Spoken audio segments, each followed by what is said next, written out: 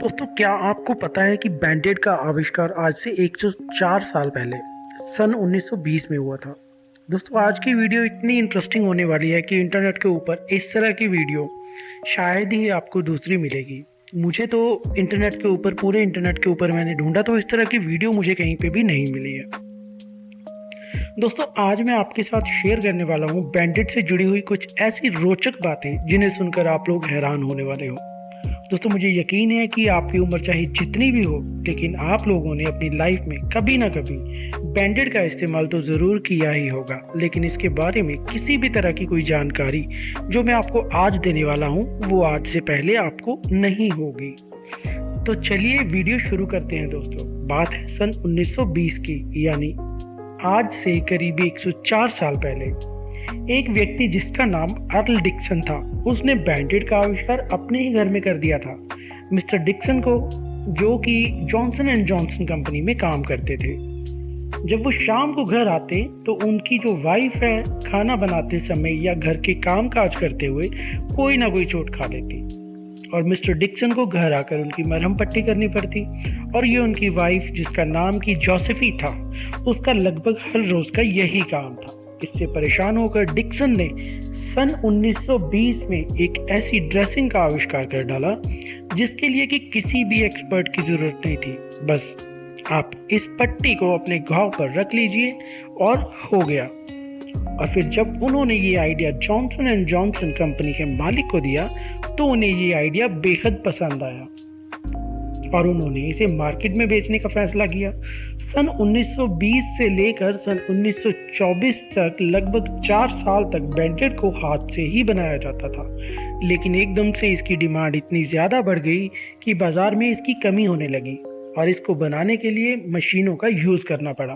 फिर सन 1924 से लेकर 1939 तक नॉन स्टरलाइज्ड बैंडेड बेची जाती थी, जो कि एक साधारण पट्टी ही होती थी। और 1939 में पहली बार बैंडेड को स्टरलाइज्ड रूप में सामने लाया गया, जिसने कि बैंडेड का मतलब ही बदल दिया।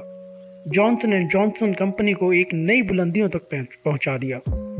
बैंडेड की इतनी कामयाबी के बाद खुश होकर बैंडेड कंपनी के मालिक, जॉनसन एंड जॉनसन कंपनी के मालिक जो थे, उन्होंने डिक्सन को कंपनी का प्रेसिडेंट बना दिया। और दोस्तों, वर्ल्ड वॉर 2 के दौरान इतनी ज़्यादा बैंडेड बिकी थी, शायद उतनी गोलियां भी नहीं बिकी होगी।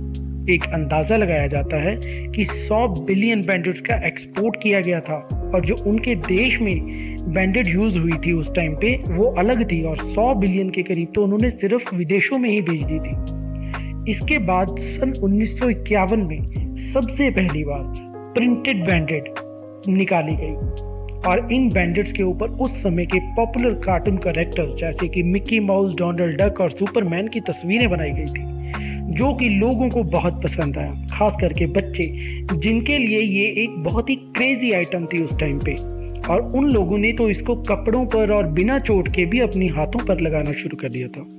और इसके बाद आता है सन 1957, जब अर्ल डिक्सन जो है वो रिटायरमेंट लेते हैं, लेकिन बैंडेड के अंदर होने वाले एक्सपेरिमेंट्स इसके बाद भी लगातार चलते रहे और आज भी आपको बैंडेड में मिलने वाली जो पट्टियां हैं उनमें कई तरह के एक्सपेरिमेंट्स होते हुए दिख जाएंगे।